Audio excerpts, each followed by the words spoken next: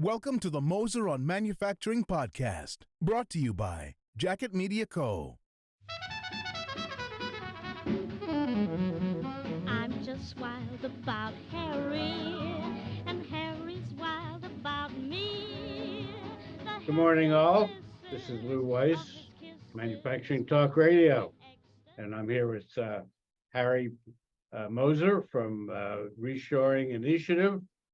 This is our monthly show talking about Reshoring Initiative. Harry, welcome aboard. Great to be here, Lou. I just parse that a little bit. We're talking about reshoring, but hearing from the Reshoring Initiative. Okay, Okay. that works. That works for me. And I just want to let everybody know that what's hot is hot, and what is not is not. And reshoring is definitely hot. So, Harry, tell us about it. What's going on? It's going very well. The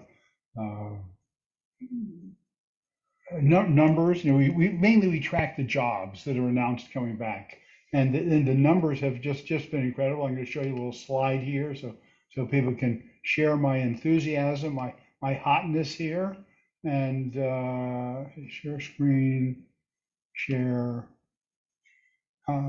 Has that come up, Lou? Yeah, it does. Okay, so you can see the trend which you see here, starting in 2010 with 6,000 jobs announced that year. Last year, hitting 360,000, and at the moment, 2023 looks like 410,000 jobs announced. So reshoring and FDI, foreign direct investment, reshoring is hot. Yeah, you guys are doing a great job bringing it back. You've done some, Lou, and you've promised me that you'll find the details on the reshoring that you've done for your customers. And we're going to have a session discussing how your company has done at reshoring, because your company is hot. Well, thank you much. Appreciate it. That company is All Metals and Forge Group. We're an open die and seamless rolled ring forging manufacturer. I had to get my own plug in there, Harry.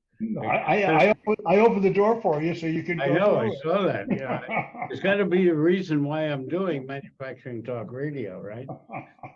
Okay. So, Harry, what's happening? How are you doing this? I mean, we're bringing people back. We're making jobs here in the U.S. I'm sure it's not all because of tariffs on China. The tariffs on China certainly help.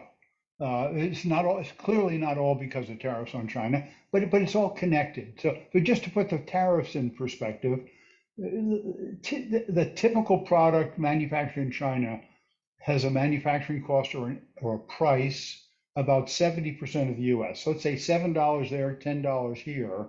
You throw a 25% tax on the $7, that gets it up to about $9. So even the dumbest company with their head in the sand, when they're taking the choice of getting it from you for $10, you're getting it from China for in effect for $9, just including the tariff, before including the duty and the freight and the carrying cost of inventory, the risk of stocking out, the travel cost, the risk that the Chinese supplier may be cut off for months or years if there's some geopolitical event over there. Even the dumbest company should be able to see that if there's a tariff, they should be buying the product from you. So here we brought 400,000 jobs back so far. No, per year. On a per year basis. So we brought back, in total, the Democratic Party is claiming that they've opened up 13 million jobs over the last 4 years, or almost 4 years. Bottom line is that we're having a problem finding people to come fill those jobs. So we brought the jobs back, but we haven't gotten the people to fill the jobs. That's true, and yet somehow, you have problems finding people. Yep. But I think most companies finally find enough that they raise the wages, maybe they raise prices because of that, they do whatever, and I think the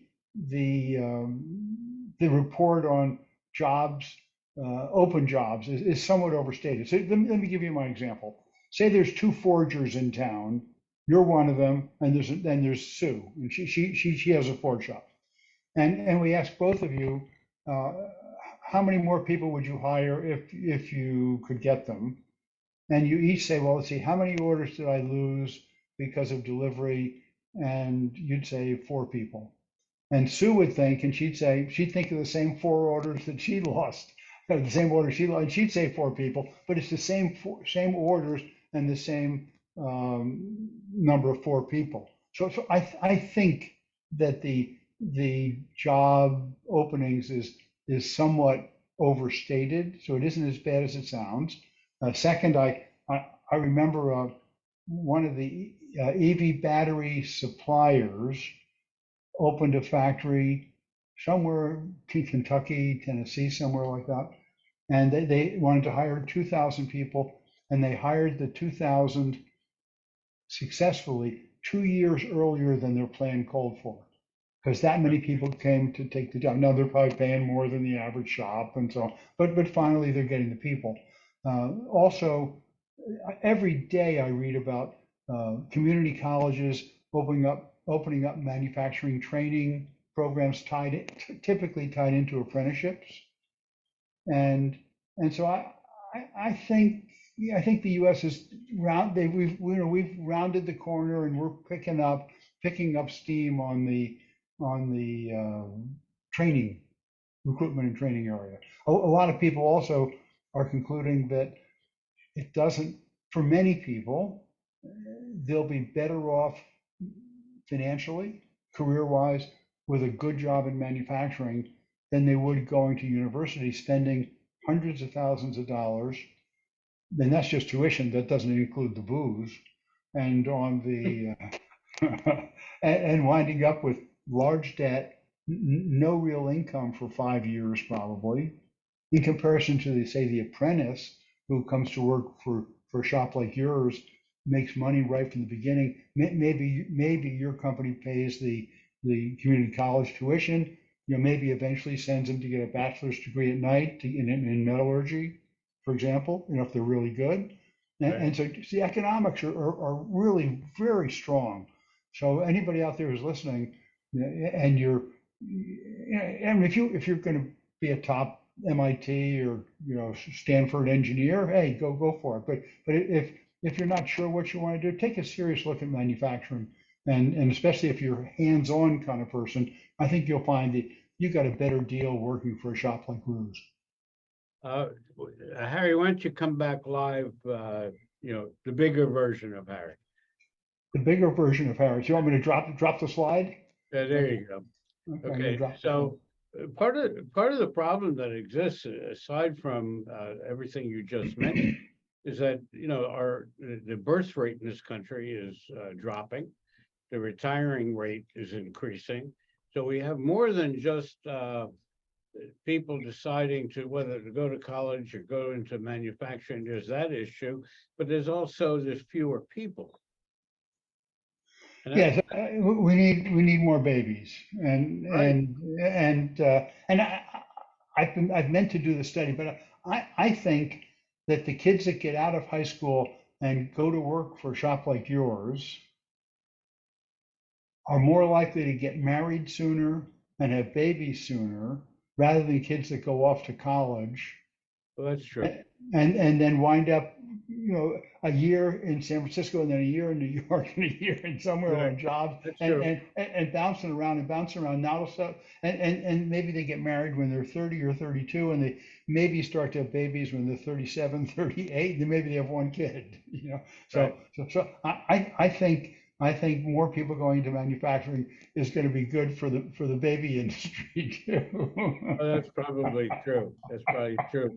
Even China recognizes that the one-child policy doesn't work now, and they're now beginning to pay people to have babies. Yeah, but it hasn't worked. I mean, they ended the one-child policy a couple of years ago, and they're paying them now, and yet their birth rate, I think, is still declining, because once people become middle class, they tend to say a baby's going to cost me, especially if they go to college, is going to cost me $1 million over their lifetime. I maybe one's enough, but that's an issue, and therefore you and I will both agree that immigration is a very important solution. That we need to pick not just anybody coming across, but people that have the skills.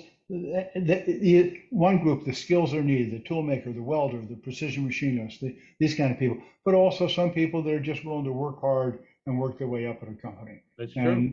And we need to do a much better job of letting those people in. And you and I would vote for the person that implements that policy, I believe. If anybody even dared to bring up the immigration policy, that's somebody you need to vote for. Because that's a lot faster process than making babies and waiting 25 years. I mean, Ukrainians, we can pick up a couple of 100,000 overnight who are skilled and hardworking European mentality people. And I bet they'd be happy to be here right now.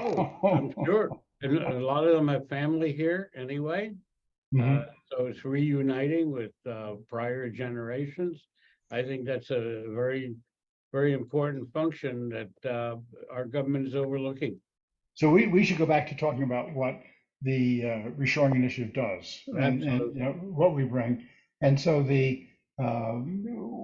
one of the most important things is the TCO, Total Cost of Ownership Estimator, which helps companies decide whether to source offshore or source in the country. And the power of that can be seen in that when companies comparing US to China, like a shop like yours and a shop in China, comparing that, our data shows that the US based on price wins about 8% of the time, whereas based on total cost, which has duty, freight, et cetera, but not the 25% tariffs, but all those basic things, US wins 32% of the time. And if you throw in the tariffs, US wins 50% of the time. And if you're worried, if the company's worried about being cut off from supply, being decoupled from their supplier in China, then it'll go to 70, 80, 90% of the time, because if you can't get your key forgings for your product, you're not going to ship your products. Right. So companies are starting to think, instead of hectoring Lew to save pennies on the forging, they should be praising Lew and making sure Lew gets them their forgings so they can make their assembled product and ship it and make tens of thousands of dollars in margin on the product. So stop worrying about the pennies, start worrying about the thousands of dollars. And that means source in the US rather than offshore, especially from China or other countries that might be involved in the risks over there. I think there's another issue, and we don't hear a lot of people talking about it, and that is what happens to your supply chain if the fact happens that China invades Taiwan? Well, that's the question. Because if it happens, like if I have access to a big company, I'll say, are you concerned about, are you getting much product, you or your US suppliers, from China? Yes, of course we are. And if it all got cut off for the next 3 years, would your company survive? Yeah. Well, we'd call Lew and see if he can make some forgings for us. And I say, and when you call Lew's going to say, no, I've been trying to sell to you for 10 years and you never bought from me. And you're the 100th call I've had this morning because of the war over there. I can probably get you some forgings in about 5 years.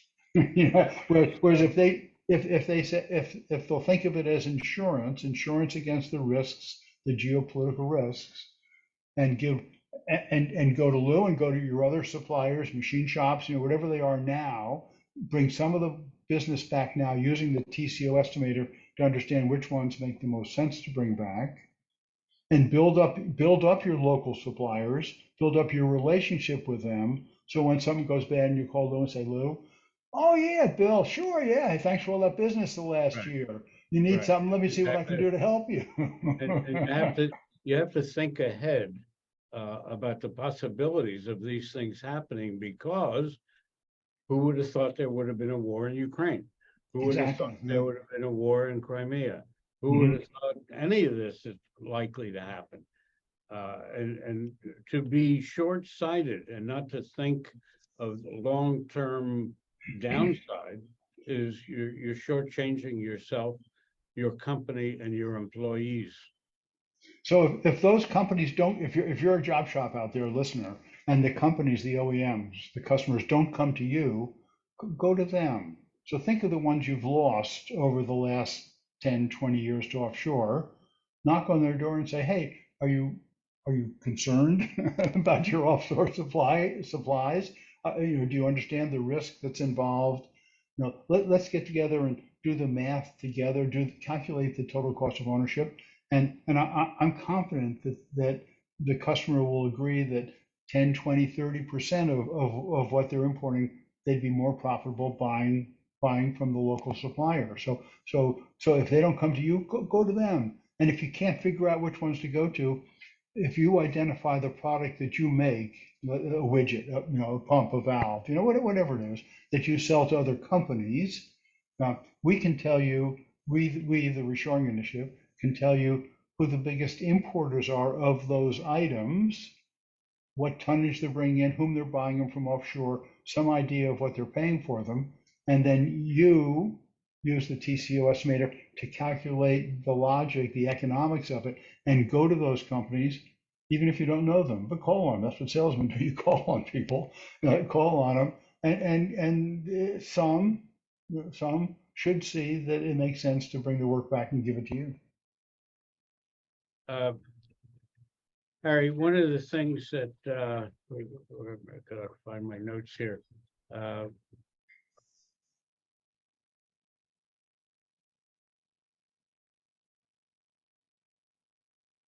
On one of your takeaway items, you talk about the OEMs reshoring 20 to 30% of imports profitably. Why don't you give us a little insight into that?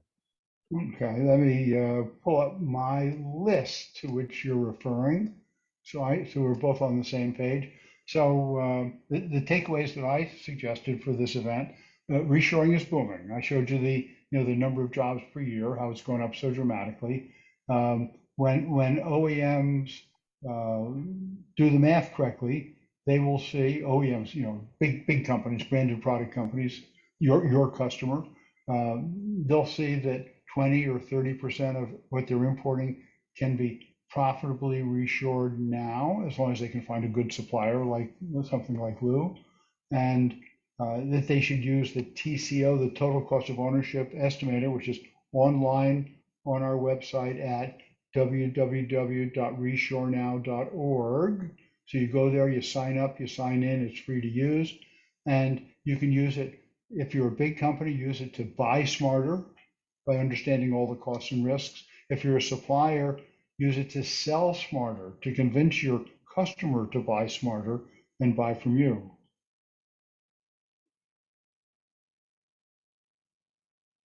Okay, and the import substitution program? That's the one I just described a couple minutes ago, where Okay. if the company will put up, will identify an object that they're really good at making, not something they made 10 years ago once, but something they're doing every day. Yeah. We can tell them who the biggest importers are of those, and then advise them on using the TCO estimator to convince that big company to buy from them. Another suggestion I'd make, like Lew, you've told me in the past that you've reshored some work for your customers, and one thing to do on your website, put up something like, concerned about some of your offshore suppliers, worried about the geopolitical situation in the world.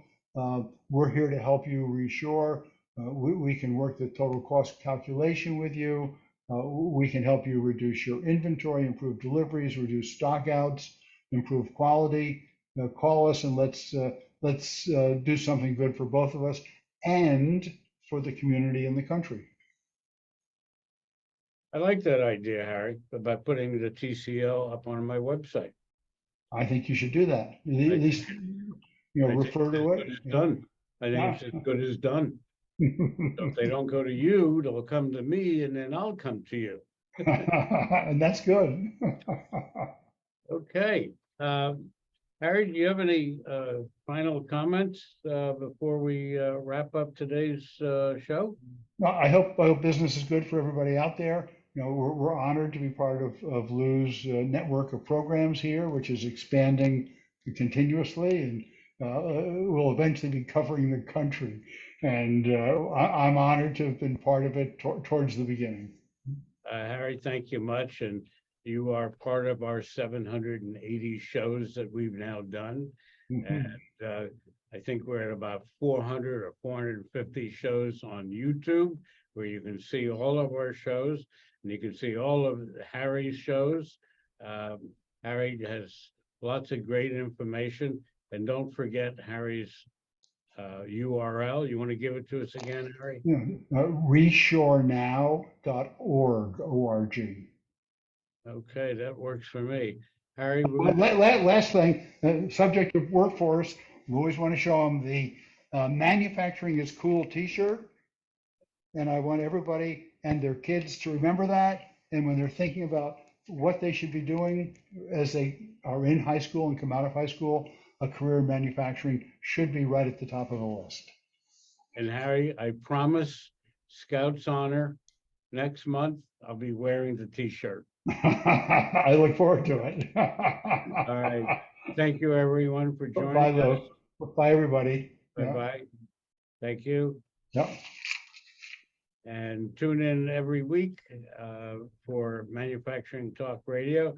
Plus, you can see us on YouTube. Again, we've had 780 shows. And it's all good stuff. It's everything about manufacturing, everything you ever wanted to know and didn't ask. And we'll see you next week, everyone. Bye-bye. Take care now. Bye-bye. I'm just wild about Harry